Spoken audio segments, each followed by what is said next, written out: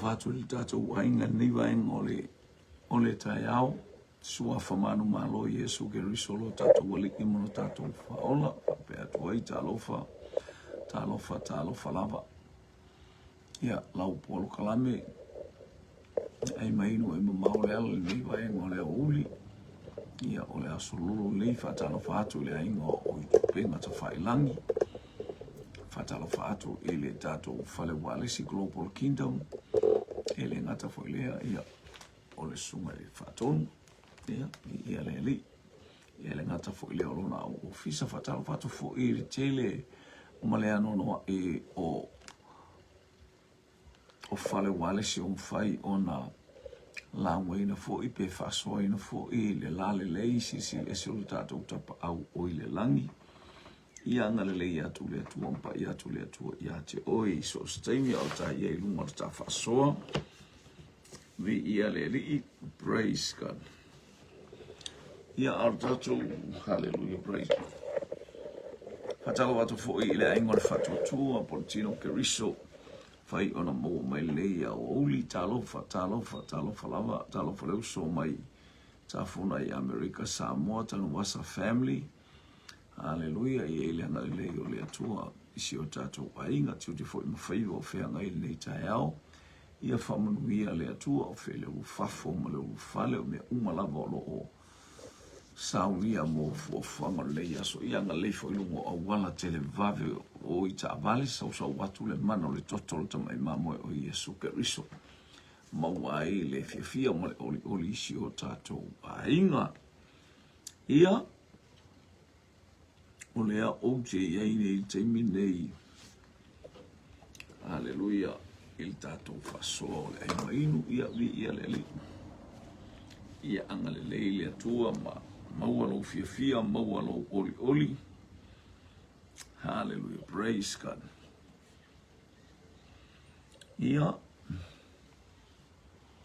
o le tatou fesili mua. Ia ele ianga ia tu tatou fesili le o te vai atuanga i tai le tau, o te vai atuanga i le tūle i sae. Mana ia le tatia mai ele ise la malosi a lo tau mai paolo. Ia le vainga masani le lano lau ava o lau whanua o Samoa. A mata mai le maunga o vaianga e mai le tafa mai i sae mai o palisi. A i sifo mai o palisi.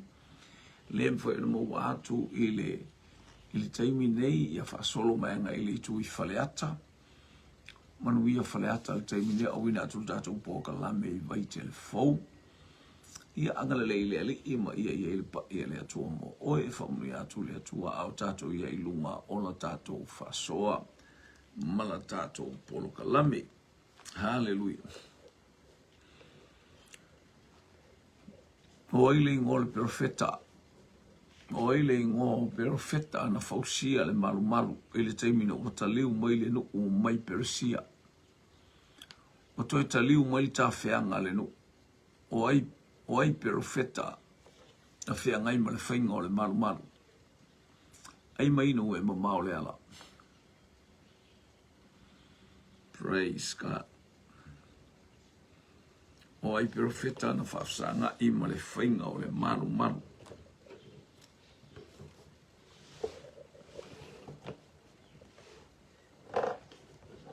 Hallelujah. Tātou fsilimu mwana wanga i atu. Whamunu ia le atua i le ainga o le atua.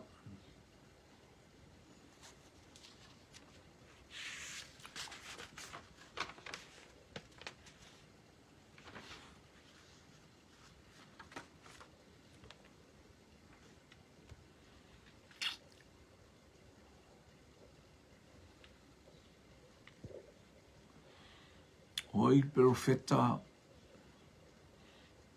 fo i mai nuu ta feanga oi profeta na ngafa tau lima ma le whainga o le malu.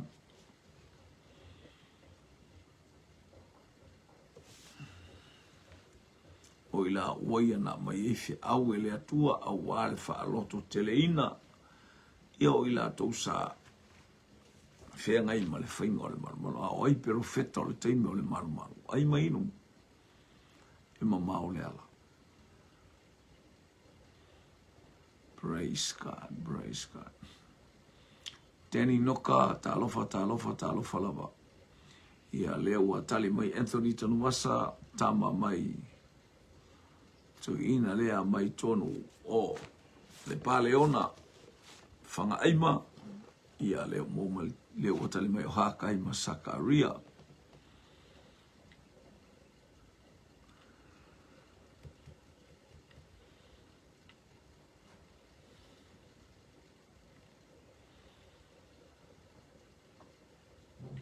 Ia o te lona o tali tato fisili haka aima Sakaria. Ni ia le li ona o tato teimi manu o tato teimi uanga iatu.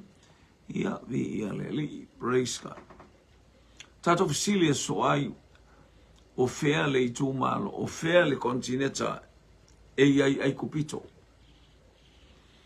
O fea le kontineta ai kupito le utali mai Anthony Tanuwasa haka aima Sakaria sa o le itali. O profeta ia sa taula mua ile longo atu ia selu papelu. Le atali o salitielu le ka muta le fale. Tauna fatino o le faingo le fale ma nga ilo ile malosi tauna fatino e. Ia woto anga ia tu o fea le kontineta o le lalolangi ai kupito. Pia le kontineta o le lalolangi ai kupito. Ai mainu e mamao le ala.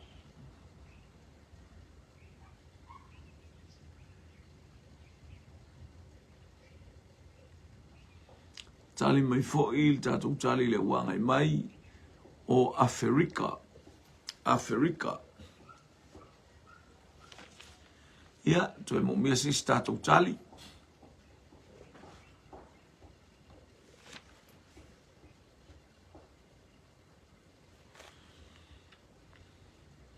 Tasil tatou tali le wanga mai a Anthony Tanuwasa Afrika.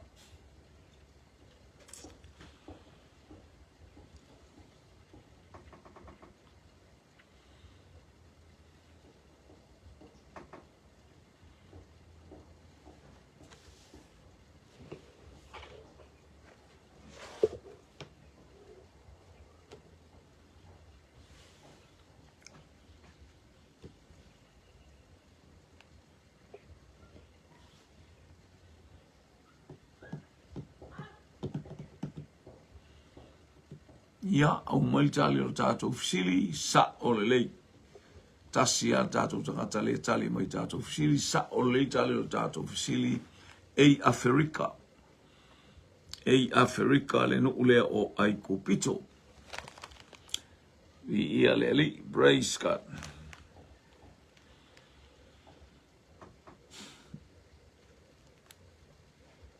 O ai le profeta na ia valo o ia le lilingi ifo le anganga pa ia. O ai le profeta na ia valo ia le lilingi ifo le anganga pa ia.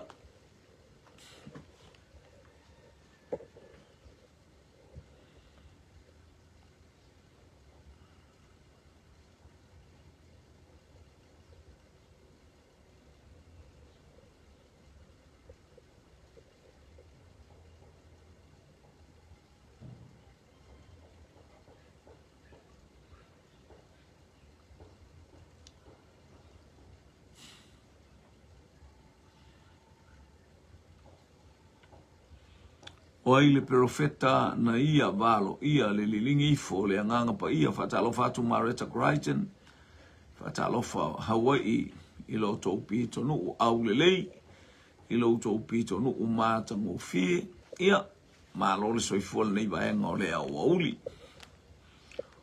mai ainga ma vaita o maftanga lau polo kalame ai mainu e mamao le ala praise God. Le watali mai Anthony Tanuwasa. Tanuwasa family Yoelu. O ai le profeta na valo ria. Le lilingi ifo le anganga pa ia. Ilunga o tangata umalama. Hallelujah.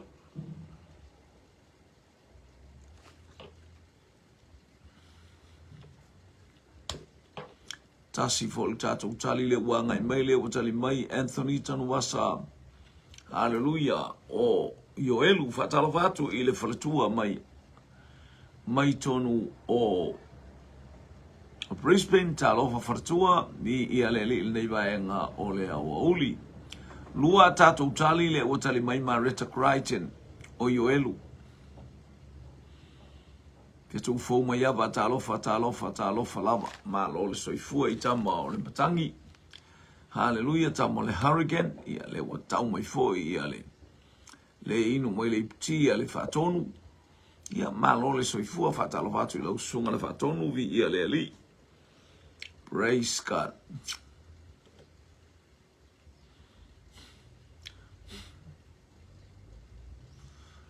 Ia whaftai le aingo le whatotua mo le whatalofa. Ia whaftai le whatalofa. Ia e whapena le aingo le whatotua e au le leia tangata a langa e whatotua i le atua e sapalaia mai ia mo meo kulimi ma mea uma whapena. Ia mo meo le suau ula vole ngang pa ia savali salu talofa. Tali mai ia Susana ele o Ioelu mai ia moa o tali mai tama mai ota huhu o Ioelu mai ota huhu o mai titi ota huhu o Ioelu. Ia ua tali la tatou fesili sa o le fesili o sa o le tali o le profeta o Ioelu na alangaina le fuai tau whapea. Iu ina uliringi I folo wanganga pa ia I lunga o tangata umalama. Ona profeta mai ai lea o tau wa fine ma o tau wa tali. Ia o te loa na o sau feso ai le sau filiki. O le tatou fesili Itali le sa o po le se. Sa o po le se. O eno kati o le ana lafi ai ta vita o tulituli loa e saulo. O eno kati o le ana lafi ai sau ia ta vita a o tulituli loa e saulo sa o pe se. O eno kati o le ana lafi ai na lafi ai ta vita a o tulituli loa e saulo.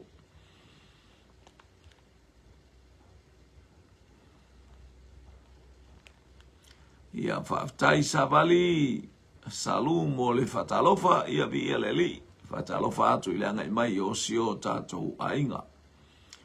O eno kati tali le sa o po le se. Just say true or false.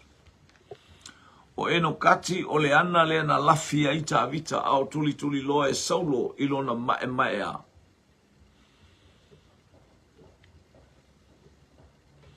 Tali mai ia Tanuwasa family mai Tafuna, Amerika Samoa, sao.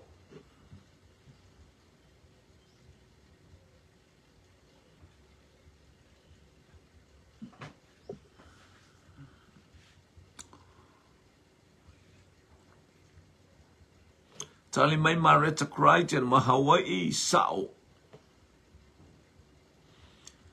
Tali mai Teine Lea mai Brisbane, le Wallaby. Ia po le Broncos, manu sao le Bronco le manu. Le ila I se mea le Bronco su. True, ia whaftai. Tolu a tātou tali. Ina ua lua sfulu minute te ai le itu la ese fulu male lua I le neitu aso. So tasi tātou tali.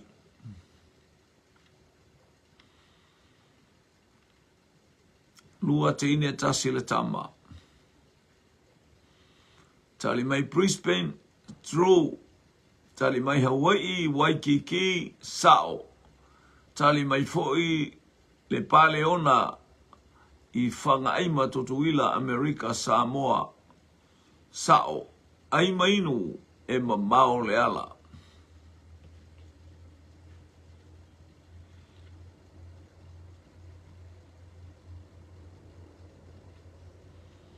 Tu tasi as tātou tali. Ia le ua talimai le angelu tau sa o ato atoa. Ua tali la tatou fesili sa o ato atoa. Sao. O le ana na lafi ai tawita a o toli loa e le uso ia saulo. Tangata whaale tonunga na mio. Ia tangata sa taumfa e fasioti tawita. Ia o le lofa o le atua na maluti ai. Sa o ato atoa. O le isia tatou fesili. O aile a aieta o nobe. O aile a aieta o nobe i le tuspaia nobe. Fatalo vatu le sa o tamaita ia o sumai le sunga ile. Sumaia tala mai au. Ainga mai o mai manukau. Ia po le lau mua na unua i lau mua ai au kilani ai le ifoi i tai le siti au kilani. Ai na mua i tau manukau o le siti. Pei o Parramatta i sini, na mua tau Parramatta o le siti, ai le ifoi atu i to tonu o sini, ai mainu, e mamao le ala, fata alofa atu i lo uso new chapter, ta alofa, hallelujah, ia le i praise God, anga le atu le atua ia te le uso au fia ngai whamatutu mwhaiva mga aluenga o le neiba e nga o le aso new chapter. Aleni alofa te le atu ia te o male whale tua ni ia le li. Ia whaftai mo le whata alofa ni ia le li. Le tatou te le tatou fisili o ai le a ai e ta ua o nobe.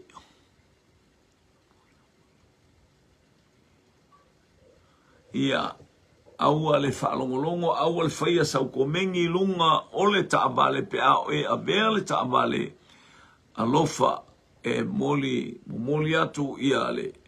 Hallelujah lapta, inga mai tatou ofisa awane ia whaina o i lunga le ala, o le aio le au osi taulanga, lea na suru whai ai tāwita, malato wa ai mea ai e le tatau ai, ina ua i loa e saulo sa alu atu oka, maftai, mana ia le tali. Tema onobe o le ai sa no fai le ainga whaitaulanga lea na fasiotia e toeka. Lua tātou tali.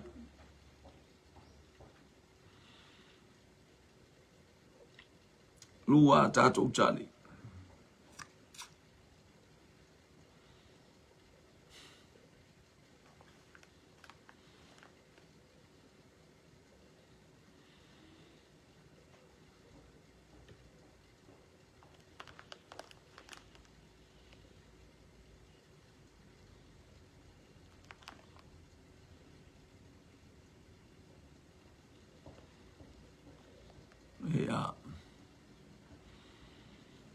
Ia nau whaatalo whaatu.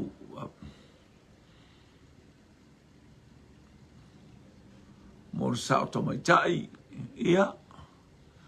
Mole ia mole sao whaapito ka whewhe angalakalaka mai nge ua lokara ke inge lea. Ia. Lua tātou tali lea ua mau mai. O aile na ai e ta o nove. To e tasi as tātou tali. Nā ngā ia tu leo le tātou. Whai unga.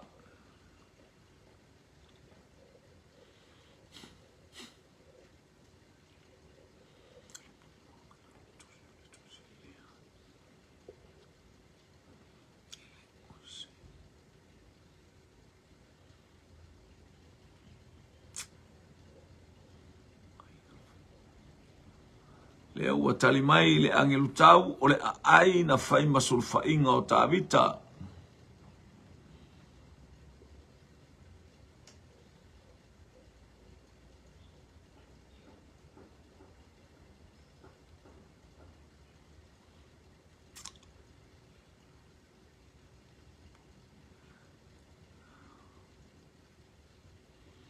E leu whape mai ia Susana o le aile sa no nofo ai le au osi taulanga. Whaftai wa tali tātou fisili o le ai o whai taulanga, o le aile e whapitoa mo whai taulanga. Hallelujah, ale atua sa no nofo ai ia matu i le muri papanga matatalo mo le nuu.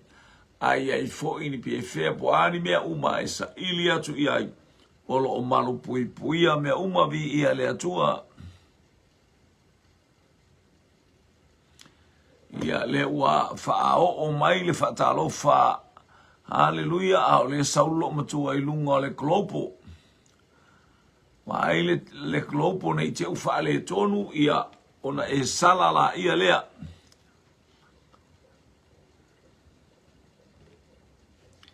ia vi ia le atua watali le tato fisili haleluia ia ole ua olo o ngalue mail tamaitai o ana tongia fatalo hatu le ainga le mai tonu o America Samoa le morio le fatalo hatu sunga le faife au ole haleluia fatal tala semata emo haleluia vasa ipele talo pala uso vi ia lava le atua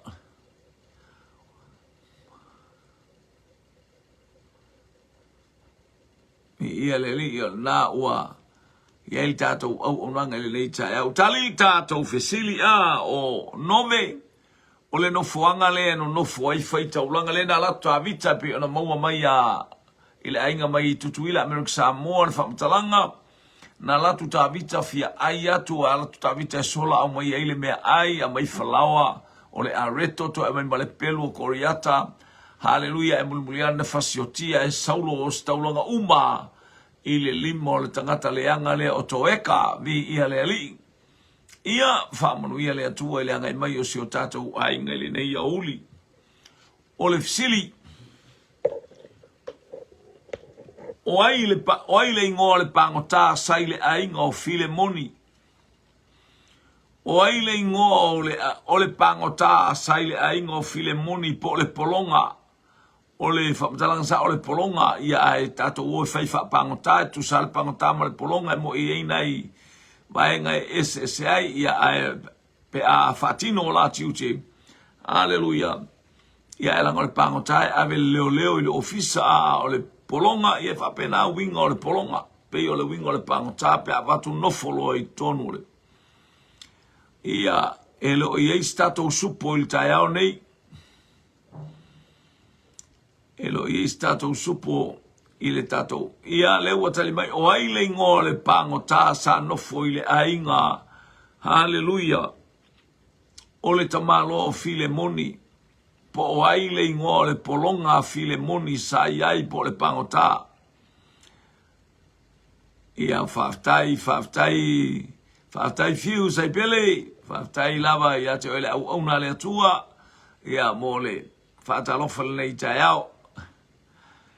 Ia leo tali mai ia tema Onesemo tali mai Mike le angelu tau Onesemo mai sale aula po iloa mai al teine leo le tsaulungo le page ale globo nei te ua o fale tonu se la fale tonu ale globo ia ai te watu wa inai oe la leanga la to service e fale tonu e langa le fa mol tene le mai tutuila America Samoa haleluia anatongia fatalo watu Onesemo maletali Anthony tanu wasa tali mai o Onesemo tasi lua tolu fa to tasi astato tali o ai le pangota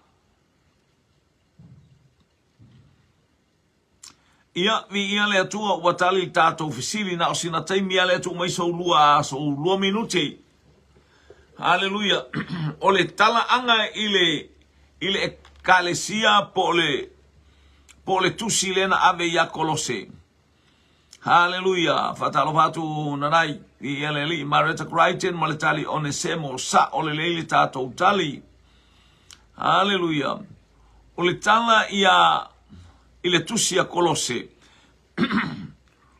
o Kolose ele io o i Paulo ele i Asia e Paulo anatongia Onesemo faftai mo te ufungala au ele io o pena tala ia e Paulo le ainga le o ia le kalesia le a ole kalesia o le tangata na mata i Efeso ma mata i ve singa ma le tele o taimi Haleluia na langa to I Efeso.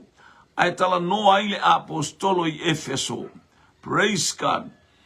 Lea na maua ile Efeso ta inga Paulo maratangata ole a inga I Efeso ingoa ia Filemoni. Ua to esea Paulo pe ortusi lea ia Filemoni na tusi mai fale pui pui. Ua te I Paulo I Roma. Le fale pui pui Roma e la feiloa ia I marata mai titile ingoa ia Onesemo. Ai wha matala e Onesemo o ia ole polonga e nofo I le ainga o Filemoni. O ia ua sola ese mai le ainga. Lea ua sawai wa o atu e ao ngā ma au auna ia Paulo na faa ona faa polo kalame le Paulo lo na olanga.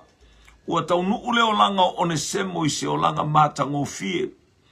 Ai le ole mana onga leo Paulo la te no nofo ai pea ma Onesemo. E ao na toe foi Onesemo. E mo moli. A ua tupule de a inga lea le ekalesia ua iele Bible study e whai e al toi ina o Filemoni. A ele o mau tu foi Filemoni ona ua sola ese le pangota lea o le whai a ma mea wha fatu atia. Hallelujah. Vi ia le li I whaatai tali o lo au mai, praise God. Lea ua ftala noa atu ai Paulo. Ua tala noa atu ai Paulo ia Onesemo sau e te toi foi. Alu mala utusi lea. Te lua oma Epafara.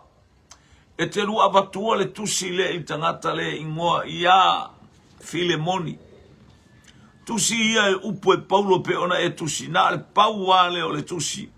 O le tusi e leo se fatonunga. A olea. Ole ai oinga Paulo. Nata fatonunga pati ai oi atu o Paulo. E whapenatu langa e tauntato iai mea uma. Pea e mo mia fo I se tusi e tatsi.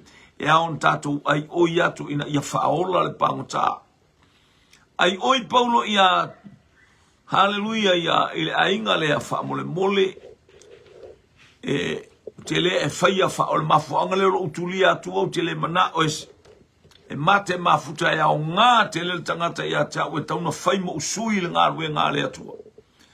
Ai o leo te manao ia whai se le linga o le winga leo le tusia po. Ia le leile e au auna malona matai. Ia lea la ua to e whaafo I ma le tusi. Ma le upo Paulo. Hallelujah. O te awina hatu o te le whaia wha malosi po te tau fia wha malosi a wo o le taimi o te iloa ua ta tau o na to e whaafo I atu ina ia whaisa lua le lenga. E ao ngā ia te au le ngā rue ngā le atua. Ai le mawhai ona o whao ngā ina pe a le tō mai sau pule. Pe a le tō mai sau pule Filemoni. Wau ilo o se uo ia te au, o se uso ia te au. O le ata li I le tamale ia te au. Nalu ese ia te oi na yaso. Ina ia e maualo na ola e whaavau. Na sau o le polonga. A le ua uwhape atu ua sili na I lo le polonga. Ua sili atu na I lo le polonga. Aisia ua na maua ke riso I lo na olanga. Ia vi ia le li. O lea ua to e whafo I Onesemo. Ia o le tala angana o le tusi le to e whafo inga e Paulo. Hallelujah. O le pangota e whapena I tātou I istangata o saulo ufale po le atali o lo uso. Ia le whaifo I sau tusi e na e tūle I lunga e te lua o maratangata lea. A wai le mwhaina alu Paulo le anga o le lae saitia Paulo. Hallelujah. Whai mai e lea e au ngā ia te au.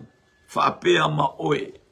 Hallelujah. E o te manatu o le atali le leia I la louanga le leima I a te au lau o. O te le whaia whatau a nau se mea. Ai o te whaia malo tali tonu le whatotua. E whamanui atu le atua mana ia I o le tala le. Ia whamanui le atua I le fisili lea. Anga le fo I le atua e mawaiso tātou manatu. Hallelujah. Awane e whaifa malosi se mea la tangata wa ai e malosi e whaiau whiau. Ai tatau ana e manatu e tatau na le leil tangata lea. Mara tangata na sauai. Tau ma whai e te hawhea I se awala Haleluia, tonga fiti e maua wa tonga fiti al tangata fa mai Paulo. Haleluia, na o maua o tau ia o tonga fiti SS. Te loa au tonga fiti al tamalo foi o Jakopo. Na faina il pa o Esau. A leu tato wafeane. E iai ia ta leni, tau loa ta leni e tu ele atua ia te oe. E ta tau ona faa wau. Haleluia, ta leni le lei. Tonga fiti le lei. E maua ai le langi ma le ola e whaavavau. Wai sila fia e le atua mea umavia le atua. O le isi a tātou fesili.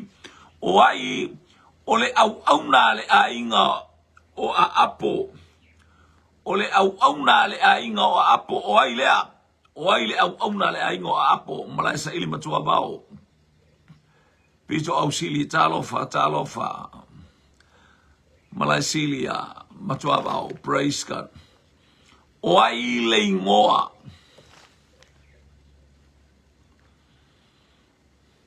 O ai le ingoa. O le au nā le a ingo a apo.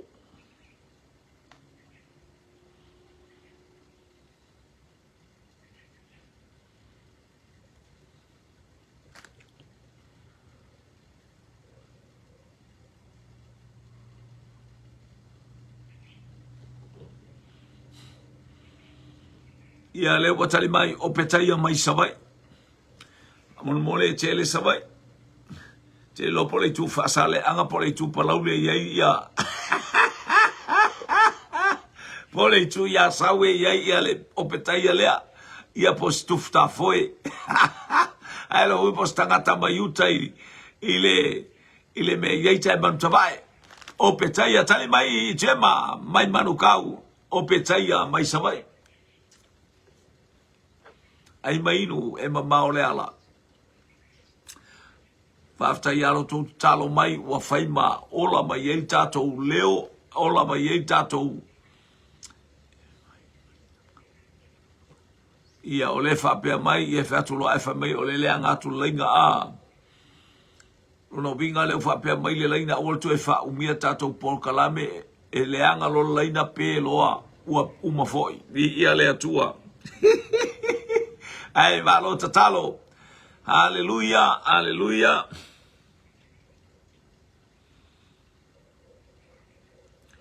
Le au na a apo tasil tato tali lua tato tali o petaia mai sale aula.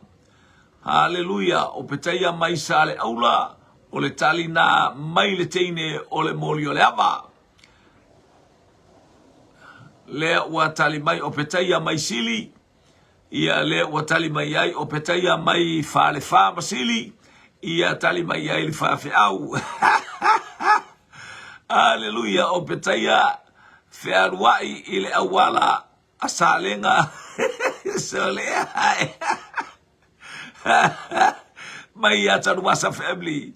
O petaia fe aruai ile awala. Susana letene mai Brisbane. Bronco o petaia. Anastasia mafua talofa. Hea le whapea mai o teine mai leitu o petaia mai leitu o Palauli. To e sau ilalo le wala tununga le tari lea Maretta Crichton Palauli. Lea o sau ilalo le tari sau ilalo Maretta Crichton o petaia. Aleluia, aleluia, ia vi ia leli. Lea ua nga iatu le tatou. Le tali mai le angelu tau. O petaia mai o tahuhu. Ia ma le combination soup na wangai mai. Ia whamanuia le atua nei. A ouli ia o tau mai for supo ia. Ua tali tātou fesili o petaia. O petaia le tamaititi. Hallelujah mai le vai ngalu.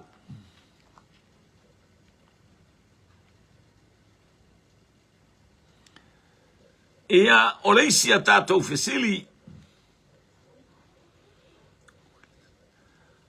Maina ua va ai Ioane i le tusi. Le tusi ta aina ua va ai Ioane le mtau pue wha. Va ai le tusi va ai atu whai pue lima. E va ai le tusi ua via manao e tatala le tusi. Ai le iloa po ai e tatala ina. Fesili o aina tatala ina le tusi a whaalinga. o ai na tatala le tusi fai mai to ina awe te tangi se awale matanana ai falongo vaftai ana tongia o petai ya vai savarivali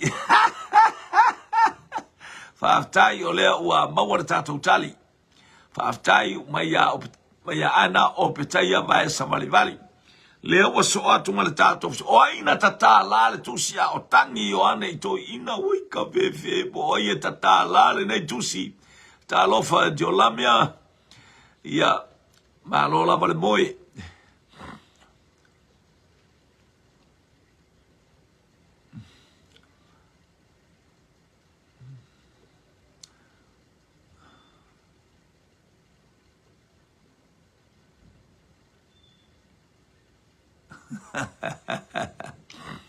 ia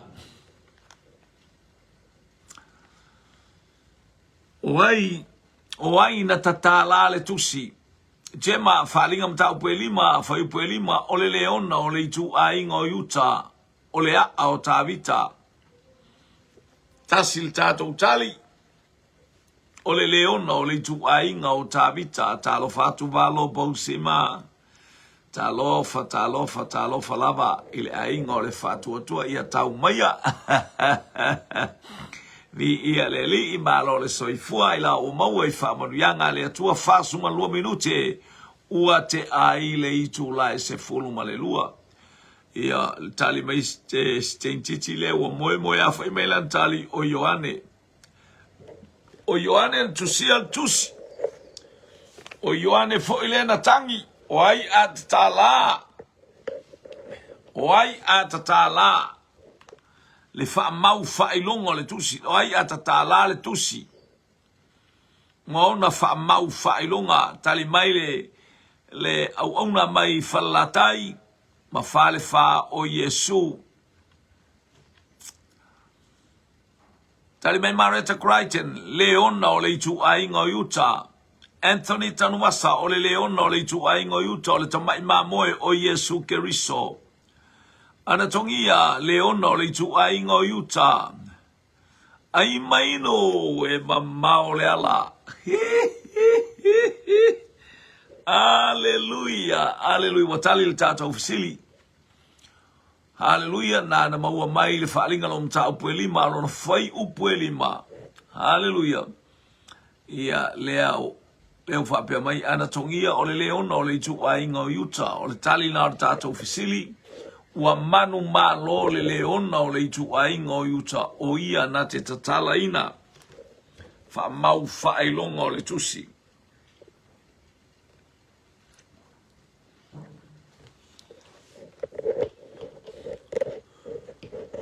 o ulu o le manu fe ai e fitu o nu uia na anga leanga ma fai mea leanga ma fa sa wa ya Israelu ia familia tu ia te oile afine e te whaalongo le fisili e au noa ma se lato fisili po ai tu sia le tusi na le paua o ai na te tatala ina whaamau whailongo le tusi ma nei ale whaalongo longo le fisili e maala ma lama le lei o utou o tamaiti na e malaulau le tupua e o tou mafaufau o le a o tavita o le ata o Yesu whaaftai anatongia pray a Susana Leona o le itu ainga o Utah whaaftai. Ai mainu e mamao le ala. Praise God. O le fesili la le fia moli. Le ulu mua o le manu ai. E fitu ulu o le manu ai. O ai la le ulu mua o le manu ai.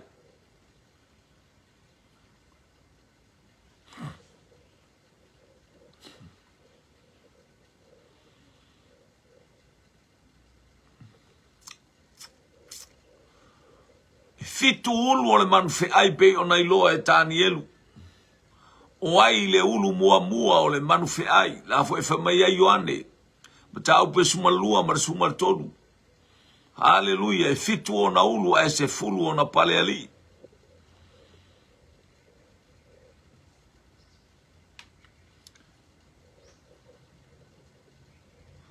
O ai o ai le ulu mua le manufe ai.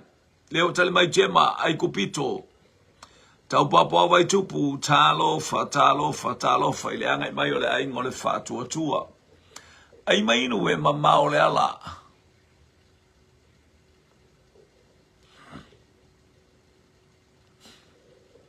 Tasil tato tali o ai kupito. Ia fatalofa foi, fatai mo fatalofa ile ai ngole fatua tua. Tamai tapua i.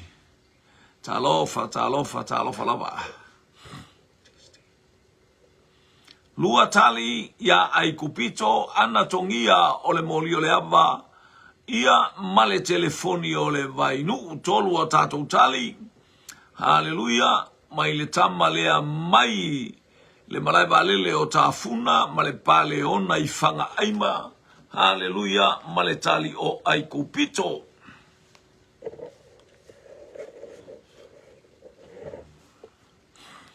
Susana Fetalainga, ai kupito.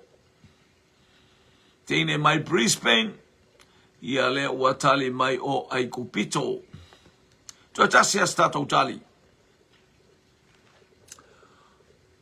Mareta Crichton o ai kupito, uatali il tato ufisili. O le ulu mua po le mena polonga mua ile nu o le atua, o le ulu mua o ai kupito. O le ulu mua o ai kupito. Ia lea ai kupito mai fale fam falatai. Lea tali mai ai ia il tamo tito. Te lopo feso lea po firiki. Haleluya ia pe uma firiki lea tali mai o ai kupito mai fale fa. Faftai filiki. Praise God. Ua tali il tato ufisili. O le ulu mua lava o le manufe ai.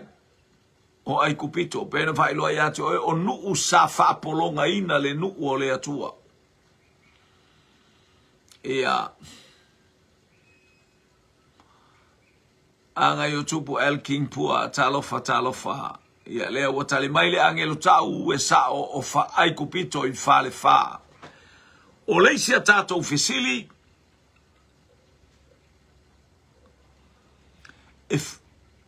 E fata taule na Mary. Tali le sa o pole se. E fata taule na Mary. Pole Leopold le ngangana Pertania. Hallelujah. E fata taule na Mary. Ile malo Peresia. Sa o PCC. E fata taule na Mary o lo talanoa. Ia itani elu le mata upu e fitu. Hallelujah. E fata taule ia Peresia. Sa o PCC. Ai mainu e mamao le ala. Ia le ua mai a Susana o Filiki. Ia le ua maua atu o Filiki le suafa o le au auna lea. A o feso le angelu tau a. Feso le angelu tau a Filiki ia le au auna lea.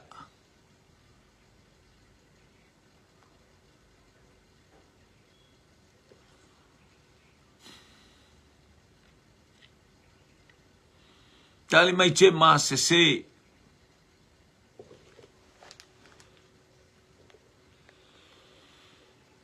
Te ma fai mai e se. Susana Fetalainga se.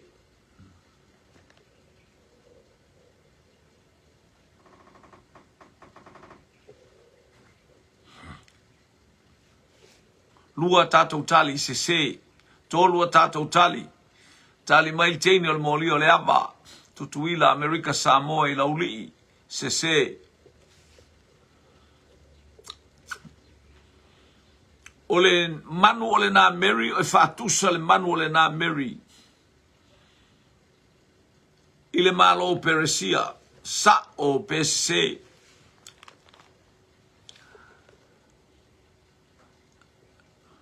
Ia le whapea mai sa e se whatatau i le nu o lano. Vai au le fai malau nguu, vai au le fai malau nguu. Le ki ngā koi ka ngaka o lava.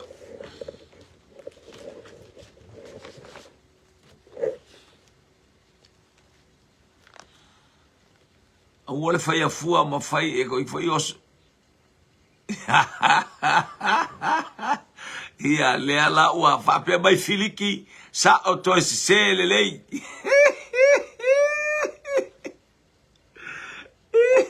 Lea ua o sa fo lea uno filiki. Aleluia. Ele toi maua se mea lelei a filiki. Ia ua tali le tatou fisili se se. E se se. Ona toi so o tuai le mar tatou fisili lea. A o ai e whaatatau iai. A o ai le malo e whaatatau iai le na Mary. Ai mainu e mamao le ala. Malo le tali. Malo fai mea onga. Ia malo sila sila. Whaaftai mo le teo fungala au. A o ai la e whaatatau iai le na Mary. Ai mainu e mamao le ala. Olo palele. Ea. Lo tupu. La e oe I le vi inga. Tali mai che mo le malo e leni. Wale si wale ka malo a pe fo ua maisanga mea ka umafa. Sau loa lele wa faile maka. Pe se maka lele wa waika. Waika ka malo feso. Sau feso male mata. Fo linga mai fia ai feso. Ia malo fo ila usunga le wawengainga. Fa tai mole nei tuaso tema. Eleni afalai e sili le manongi. Susana Vetalainga. E fata tau ia Eleni. Ia toe luani a tatou tali. Ona awina atulea. Hallelujah.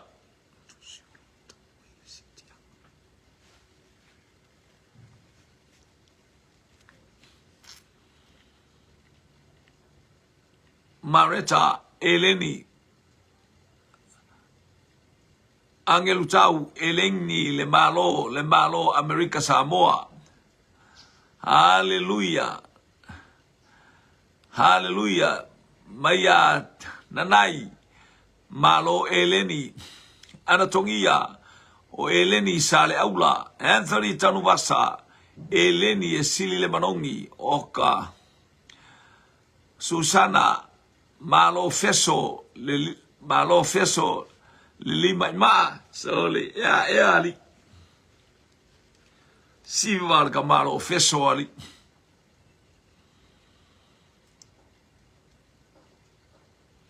Ea waital tamalo Eleni. Ia watali tato ufisili. Watali le tato ufisili. Ole malo Eleni. Faftai. Oma tato ufisili lea wanga yatu. Watuli ele atua si uso kaino. Ua tuli ele atua tato tuangane mar tato uso kaino. O fea le nuu na alu kaino no foai.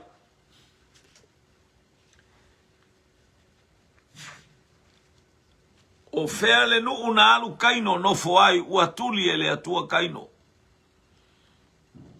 Walu ese male mamalu ole atua. Walu ese mai fonga ole atua. Oe ole mau solo. O fea na alu kaino no foai. Ia.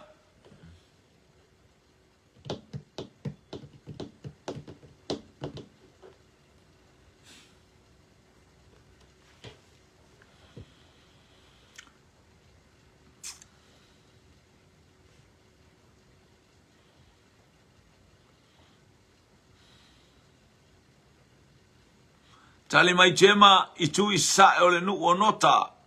Vai le siva.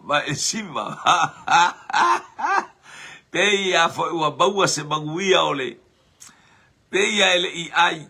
Peia ole siva vai tasi ale alta malo. Peia pamu le vai tamatau. Peia pamu le vai tamatau. Oi. Ai lao le lima tamatau foi. Lima tamatau.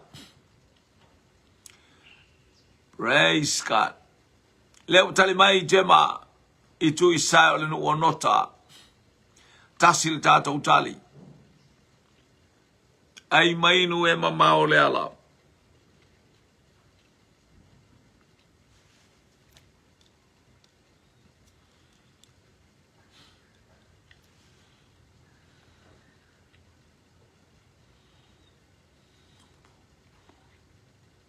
ia leo fa pe mai le angelu tau e nofo le moli o le ava ea ali Susana o le itu isa e onota e tua oi masale aula oka oi au ea ana tongia ualu nofo inota ile peto nu o sale aula oi au o le piko maali sole o le pito nu pito in maale ualu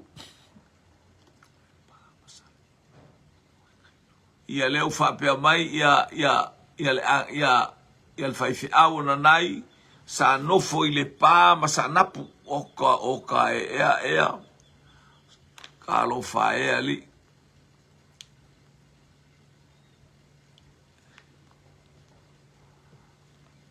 ia o le fa pe mai Susana o lai siva mang malota mo feso ali sa umar tato lamb soup ia wa fetau fo ia wa umar tato porkala ia le ali ia ile ngale ole atua ile fanau ole fatua tua ma le aingo ole atua le lo kamilo milo mai vai le lo siva kamilo ma ka malo o woia le lengi ngiva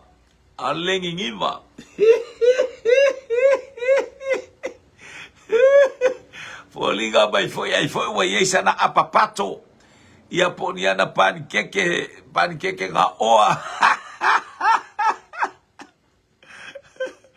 ia faftai mo le tatou tali ua maua le tatou tali o nota o le itu isa e o nota ia faamanuia tele le atua ile au tali fisili tupu tele loto tele male haleluia male iloa le lei o faamanuianga le atua e tofu le bea malona manuia tofu le fisili ia masefe au taua o moli atua ile fiau faftai o utina faftai o utua fafine faftai o uso faftai tama ia manu tele ina le auli haleluia ia ile anga le lei o le atua mo polo kalamfau au nei ngalo ia te o tuni mai le afiafi ta o le lima au ina tu lau polo kalame haleluia o le taulanga afiafi ona o Yesu haleluia manu ia le auli mo fainga tau mafa